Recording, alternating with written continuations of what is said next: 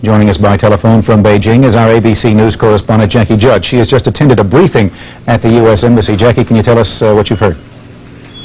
Forrest, for the first time since the June 3rd massacre, the visa office at the U.S. consulate was opened, and at the height of it, there were about 300 people gathered outside. Most of them were students. Some had been there since before dawn. One official from the visa office came out and publicly indicated, at least, that the rules involving visa application requests would not be bent because of the turmoil here. She also said that the Chinese government has not suggested additional restrictions on these students, and there was also no indications that these students would be blocked once they were at the airport. The only hint that she did give that maybe the rules would be bent just a little bit, that this group might be treated differently, is we asked the question, would the process speed up for these kids? Usually takes from 24 hours to 5 days. She hinted perhaps that would change. Maybe it would be done sooner. Is there a suggestion behind that hint that perhaps they would want to leave the country and leave the country permanently? Well, she emphasized that these students have to meet certain criteria, which include they have to have been accepted at a U.S. university. They need permission from the Chinese government to leave. And they also need to present some kind of guarantee that at the end of their studies they will return home. That is what is being said for public consumption. Frankly, Forrest, as in so much of this story, we don't know what's being said behind the gates of the consulate to these students. There are those 21 most wanted people there, students that were there in Tiananmen Square, the organizers, and they've had their pictures plastered all over television. This doesn't really help them very much. What do we hear about them? The only thing we hear about them is what Chinese TV chooses to tell us, and again this morning on Chinese TV we saw what amounted to the most wanted posters of these students. We saw their pictures, and below that was information about where they had studied, what they look like, some particulars about their personality that would help people spot them and then turn them in, things like one having a sharp chin, another spoke with a coarse voice, that kind of thing. But certainly these students would not appear in such a public forum as outside of the U.S. consulate. The kids who were showing up today are people who had already been accepted at U.S. universities and didn't take any kind of very public role in the demonstrations. Just a few seconds left here, Jackie. You have spoken to some of the students who have been outside the embassy. They're applying for visas. Is there any sense among them that they're afraid to apply because they might be marked then by the government as potential troublemakers? Absolutely, Forrest. There is so much anxiety among these students about so many things, about whether they would get the visa, whether there would be trouble later for them, and whether it would cause them trouble to talk to Western journalists as they were waiting for the visa. Forrest, this is their golden opportunity to expand their horizons, if you want to put it that way. They're afraid it won't happen. They're also afraid that they could be punished for trying to make it happen. ABC News correspondent Jackie Judd reporting once again from Beijing. Thank you, Jackie. That's our report for tonight. I'm Forrest Sawyer in New York. For all of us here at ABC News, good night. We begin tonight 800 miles southwest of the Chinese capital, Beijing, in the much smaller capital city of the Chinese province, Sichuan. We begin there because today, for the very first time since the People's Army went into action against the people, we have seen evidence of what happened far from Tiananmen Square. The name of the provincial city is Chengdu. It is the extent of the damage which is surprising. We have heard before that people died there in confrontation with the government. The estimates range from several to several hundred. But now we get a visual sense of how bad it was. The correspondent in this report is Vernon Mann. From the British news organization we are affiliated with, ITN. These pictures are the first and so far only pictorial evidence of the bloody clashes here, violence the provincial government here will not publicly admit even happened. Mayhem photographed bravely by a frightened student who wanted the world to know. The film smuggled out. The student and others who were there said police and troops brutally clubbed, beat, even stabbed demonstrators in 2 days of running battles.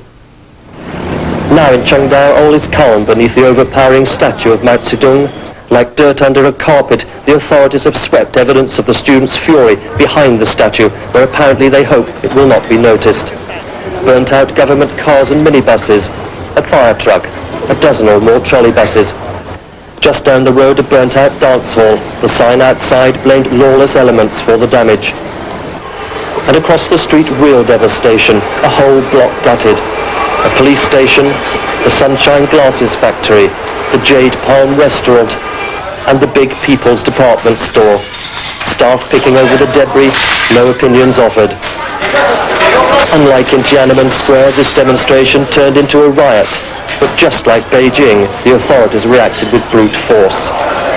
Burning Man in Chengdu. In China tonight, suspicion is everywhere. The Chinese government today announced that 2 of the 21 student leaders, whose pictures and names have been broadcast all over the country, have been arrested.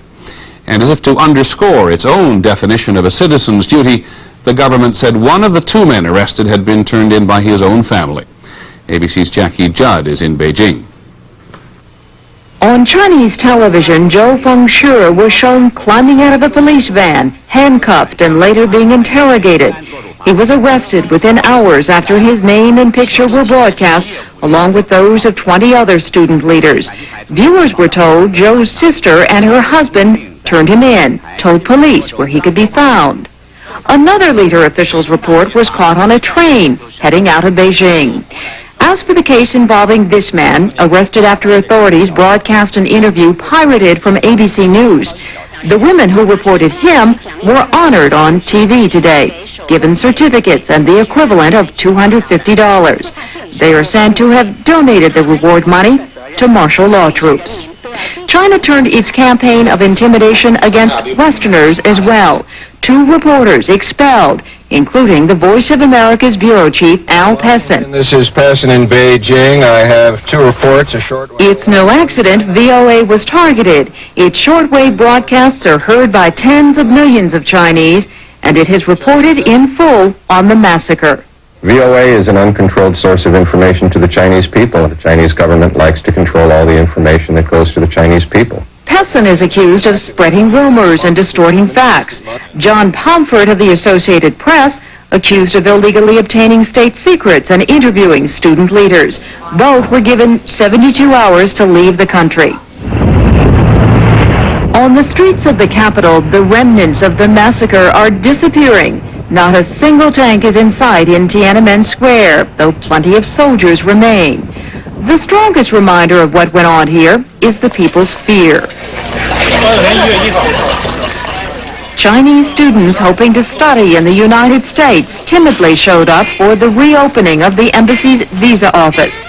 We ask one student, "Are you here because of the trouble in your country?" And he answers, "That's a very sensitive question, but I was born in China and I can't express my own thoughts." Jackie Judd, ABC News, Beijing. The Chinese Communist Party newspaper, The People's Daily, today published a front-page editorial warning the United States to stop interfering in China's internal affairs. The editorial condemned the U.S. for giving sanctuary to the dissident Feng Yuzhe and his family in the American embassy. As ABC's John McCarthy reports from the State Department tonight, in protecting Feng, the U.S. is upholding precedent. The U.S. is prepared to shelter Feng Yuzhe in the American embassy for years if necessary to guarantee his safety. A long tradition has been established not only by the United States, but other Western countries. So this is not something unique happening in China today with Mr. Feng. The most celebrated case is that of Joseph Cardinal Mincenti, who took refuge in the U.S. Embassy in Hungary in 1956 as Soviet troops crushed the Hungarian uprising. The Soviets were rounding up dissidents and throwing them in jail, just as the Chinese are doing today in Beijing. Mincenti lived in the U.S. Embassy for 15 years before the U.S. negotiated a deal to get him out of the country. The U.S. Embassy in Moscow also became a long-term refuge, this time for religious dissidents. For nearly 5 years, just out of reach of Soviet security forces, 7 Pentecostal Christians lived in the basement of the embassy until a deal was negotiated in 1983 to let them leave the country. In both of these cases and in scores of others, once the U.S. granted safe haven to a person fearing for his or her life, there was no backing down, no matter how long it took to guarantee the person's safety. And in each instance, it was the other government that gave in. John McCarthy, ABC News, the State Department. In a moment, the other news. Who can get the savings and loan industry under control? It is costing taxpayers a fortune. And later when I broadcast a consumer warning about summer toys. Some of them are dangerous. And one community's approach to daycare. It may soon be copied all over the country. What they may have said and done under the influence of something or other. One U.S. businessman flying into China was kicking himself. Having closed down his operations in Taiwan and South Korea a few months ago, in favor of opening up here in China. His timing, he feels, couldn't have been worse. But other foreign businessmen have already found these last few days that the Chinese are willing to make deals that they would have rejected out of hand only a few weeks ago. The Asian Games, scheduled to be held in Beijing next year, will, the government insists, be held. And why not? Everything in China is quite normal again. Or so we are told. This is Ted Koppel, ABC News, Beijing. Just one final vignette. We've heard from so many Chinese in recent days over here, but desperate about what's happening over there. We were struck today by what a Chinese art student sent us, his version of the Chinese flag. He believes that the 4 stars representing the Chinese people will survive, but he draws the big star, which represents the Communist Party, as disappearing from China's future, even though it is presently stabbing a woman as it falls off the national flag. That's our report on World News Tonight.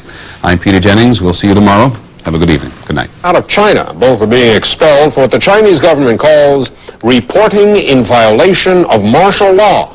The journalists of Voice of America Bureau Chief Alan Pessin and John Pomfret of the Associated Press. The expulsions appear to be part of the Communist government's campaign against the United States for sheltering dissident Feng Lizhu inside the United States Embassy. I don't think it's any specific thing that I wrote. I think it's just the totality of VOA's coverage of what's been happening here that has the government here upset, because they just don't want the Chinese people to hear these things. We've protested the expulsion order to the Chinese government, and we've asked that the United States government also pursue a protest with the Chinese. And we're asking that the expulsion order be rescinded, because John Pomfret is just a very good reporter who is doing his job. Chinese state television showed the arrest of a student leader on the country's most wanted list. 22-year-old Zhao Fengso was arrested in the city of Xi'an. The report said that he was turned over to police by his own sister and her husband. Elaborate show trials have already begun for some of the student leaders in Beijing and Shanghai. Announcers on the evening news broadcast claimed that 1,200 citizens have been turned over to the authorities by informers, and that police have rounded up another 1,000 people accused of taking part in anti-government demonstrations. Also today, hundreds of Chinese lined up outside the United States Embassy in Beijing and at the consulate in Shanghai, seeking visas to leave China. The applicants were first screened by Chinese troops looking for leaders of the pro-democracy movement before being allowed to enter the embassy. Plainclothes police also patrolled the crowd. Many of the applicants were careful to distance themselves from any demonstrators. You know, I don't take part in the movement of students. So I'm from Xi'an, not in Beijing. That's hard. I can tell you. Thank you. It caused the unrest in China. Many people would like to go to the United States as soon as possible. The State Department has eased restrictions on non-immigrant visas, but most of the applicants were seeking student visas. Despite the line outside, this was actually a light day for the embassy. Can covering a political uprising alter the event itself? We'll talk with 2 American journalists here in Beijing who've been given 72 hours to get out of China. Al Pessin of the Voice of America and John Pomfret of the Associated Press.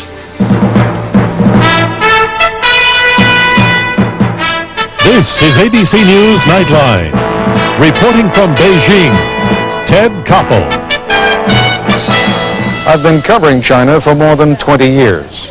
Back in 1969, when I was based in Hong Kong, my cameraman and I would drive up to the new territories, to a hilltop as close to the Chinese border as we could get. He would erect a large antenna, and then we would put a television set on a board inside the trunk of his car, where it was relatively dark. At the other end of the board, extending out the back of the trunk, he would place his camera facing the television set. And then he would film the output of Canton TV, grainy, black and white, but the only window into China that we had in those days. For years now, since the Nixon opening in 1972, American newsmen have routinely been allowed into China. But nothing that any of us wrote about or filmed or videotaped could have prepared us for what my colleagues have been preparing over these last few weeks. In April and May and June of this all-too-brief Beijing spring. Suddenly, it was as though all the windows and doors of China were flung open simultaneously, Suddenly, far from being opaque and inscrutable, the Chinese were passionately eager to share not only their dreams, but also their pent-up frustrations. The students have marched and demonstrated and spoken out before, more than 3 years ago. But at that time, there was no Gorbachev visit pending, and therefore no live television cameras from around the world to record the phenomenon. Trees fell in the forest, but without the media there to amplify the sound, very few heard what happened. Prime Minister Li Peng was wrong yesterday when he blamed the media for what has happened here. Had he blamed us for the impact, though, he would have been right. Those television images had repercussions, the full dimension of which won't be known for years to come.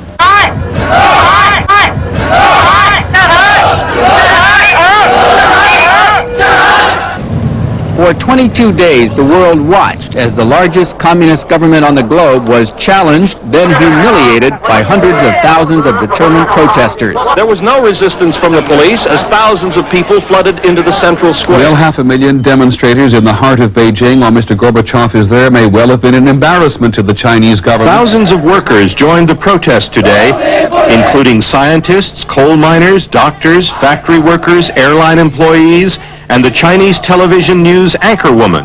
1 week after hunger strikers occupied Tiananmen Square, and 2 days after Soviet leader Mikhail Gorbachev had left Beijing, his historic summit conference embarrassingly upstaged, the Chinese government launched an abortive effort to crack down, not just on the students, workers, and Chinese journalists in Beijing, but also on foreign journalists. Martial Law Order Number 1, reported China Daily, says Chinese or foreign journalists are strictly forbidden to utilize press coverage to make instigating and inciting propaganda. In effect, it was a blanket ban against any anti-government reporting, and it was backed up by this threat. The Army on duty has the right to adopt all possible means to stop any activities violating the above. The foreign press represents the one sort of crack of light into this room, which the Chinese leadership would like to keep in a kind of a climate-controlled environment. In late May, the government tried to extinguish the light from foreign television news coverage by halting satellite transmissions. No longer could live pictures of the increasingly popular uprising be flashed around the world. The government has ordered us to shut down our facility. Our wife will have to shut it down. At the same time, the Chinese government started jamming Voice of America shortwave broadcasts heard by an estimated 300 million people a day during the current crisis.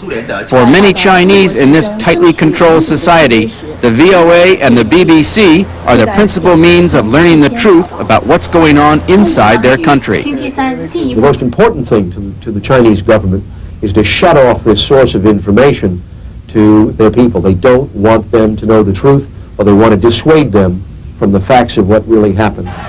With the foreign press at least partially muzzled, the government finally decided to strike. In the early morning hours of June 4th, the Chinese army did what many Chinese people thought was the unthinkable. The world watched in horror. I can see thousands and thousands of riot police moving this direction, moving eastward. The students are yelling, they are chanting, strike, strike. Along with the brutality, the government also enlisted Chinese television in its campaign to intimidate the people. The government-controlled TV station broadcast photographs of students and workers wanted by authorities for so-called hooligan activities and invited viewers to turn them in. If that wasn't enough, it also pirated this ABC News interview with a man critical of the Army's attack, then rebroadcast it asking people to turn him in. He was, and those pictures were broadcast too. The press, instead of enlightening people, was used to capture them.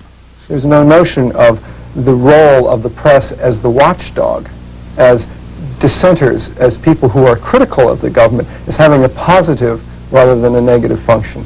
So the minute there's a sense of crisis and the government puts down their documents, puts out their correct line, anybody who doesn't agree with it is, of course, seen as the enemy. It's important to remember that although China is a people's republic, there is a communist party. In many ways, their attitude towards the press, towards information and news, is very traditional. I mean, the emperor didn't take a great liking to dissenting views either. In fact, very often would have so-called dissidents executed. Their whole families would be executed. We see a carryover of that. ABC News Nightline producer Kyle Gibson has watched the government tighten its control over the media. We feel that any phone call we make or anyone we visit endangers someone. People are clearly afraid to be even associated with Westerners or with foreign journalists at this point, and they run away from you on the street. And they make it clear that they feel endangered, that they are being watched if they talk to us. So in that sense, we are intimidated because we don't want to get anyone in more trouble, and we don't want to get anyone arrested or even shot. Last Monday, ABC News correspondent Mark Litke was interrupted by police while filming an interview in Shanghai. He was told not to work anymore without permission. Today, Chinese authorities expelled 2 American journalists, Voice of America correspondent Al Pessin and Associated Press correspondent John Pomfret, and gave them 72 hours to leave the country. Their alleged misdeeds, spreading rumors, and illegally obtaining state secrets, accusations denied by both. Also today, another example of revisionist history, Chinese communist style. The Beijing municipal government released its official version of those brutal hours earlier this month in Tiananmen Square. It tells the story of the soldiers marching into Tiananmen Square and allowing the students to peacefully retreat. It says that no blood at all was spilled in the square itself. It is not until the last line of the last page are we told that any civilians were actually killed. And even then it says that only some 100 lost their lives. There is overwhelming evidence that perhaps as many as 3,000 people were killed. So while China's elderly leaders try to rewrite history inside their country, they realize that outside they cannot, that the foreign press tells the truth that they cannot erase. And for that reason, it is terribly troubling to them. I'm James Walker for Nightline. Remember now, we can no longer make live satellite feeds out of China. What you saw earlier was taped earlier today, shipped to Hong Kong, and then satellited to the United States. What you're looking at now is, in effect, a videotape photograph that was taken moments ago and transmitted to New York via telephone. Using that same technology, I'll be talking, when we come back, to a pair of American journalists who've just been ordered out of China. This is ABC News Night.